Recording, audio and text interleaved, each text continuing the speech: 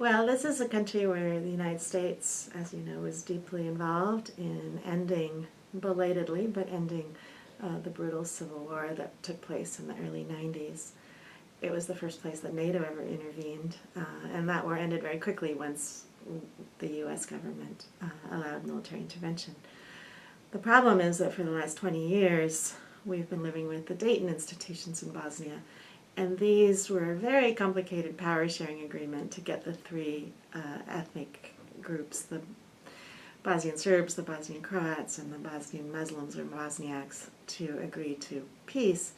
But in many ways they solidify the gains of the Bosnian Serbs, who were cleansing parts of Bosnia Herzegovina.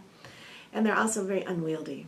And what we see now is that the party leaders on all three sides don't really want to move Bosnia towards the EU because the status quo is beneficial for them. And we see that in several of the candidate countries.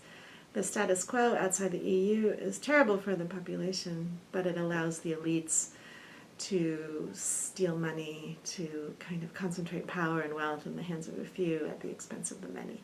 So what we need to do in Bosnia is to push through that and get the country moving towards EU accession. But even then, there are a lot of practical problems with these Dayton institutions that make it very difficult to govern the country.